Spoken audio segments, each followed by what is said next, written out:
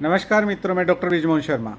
आज आपको बताना चाहूँगा कि ऐसा कौन सा कार्य कर रहे हैं, आपने बहुत बड़े पाप किए हैं ज़िंदगी में, आपको कुछ समझ में नहीं आ रहा है कि क्या किया जाए जिससे आपको पाप से मुक्ति मिले। देखो, गंगा स्नान, पतित पावनी माँ गंगा, इसका स्नान करने मात्र से ही आप सभी पापों से मुक्त हो जाते हैं। लेकिन गौशाला में जाकर गऊ को चारा और कैस आदि गौशाला में दान करें तथा गाय के ऊपर खुरैरा फेरे। खुरैरा एक गांव में एक स्टील का या एल्युमिनियम का बना हुआ एक औजार सा कह लें, वो होता है।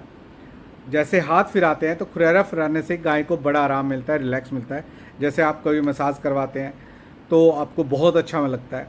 तो उस समय जो गौ माता है वो आपको बहुत आशीर्वाद दे रही होती है, उसको बहुत आनंद आ रहा होता है। तो उसी समय आपके सारे पापों का भी नाश हो रहा होता है।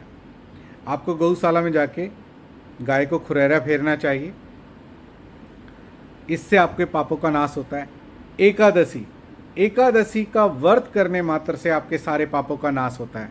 अगर जो आपको लगता है कि जीवन में आपने बहुत सारे पाप कर लिए हैं, अब कोई निराकरण नहीं है, तो आपको जब 15 दिन में एक बारी एकादशी आती है, अर्थात 1 महीने में 2 बारी, आप उस एकादशी के दिन व्रत रखते हैं पूरे तरीके से। कई बार एकादशी 2 दिन में हो जाती है कि आज 1 बजे शुरू हुई तो कल 11 बजे समाप्त है, इस तरीके से।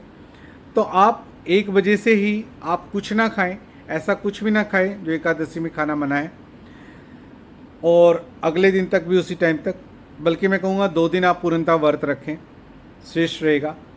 तो आपको एकादशी का महत्व इतना है कि आपने कितना भी बड़े से बड़ा पाप किया है वह दूर होता है। शिवलिंग पर पंचामृत स्नान करवाना और विशेष दिनों पर स्नान करवाना भी आपको पाप से मुक्ति दिलाता है।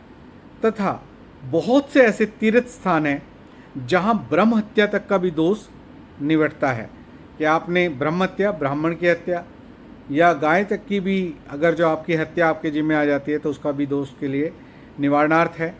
पर इस निवारण के बाद ये नहीं कि आप दूसरे पाप करना शुरू कर दें, प्रारंभ करना शुरू कर दें। ये एक बारी का है। आप यमुनानगर के पास में एक स्थान है जहाँ पर सरोवर है, सरोवर में स्नान करने से सभी पापों से मुक्ति मिलती है। गंगा में भी विशेष स्थान कई जगह ऐसे हैं जहाँ पर आपको स्नान करने से पाप से मुक्ति मिलती है।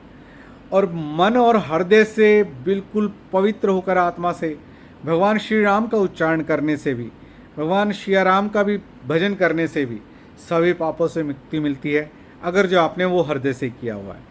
आप ये कुछ उपाय करेंगे तो आपको हर एक पाप से मुक्ति मिलेगी।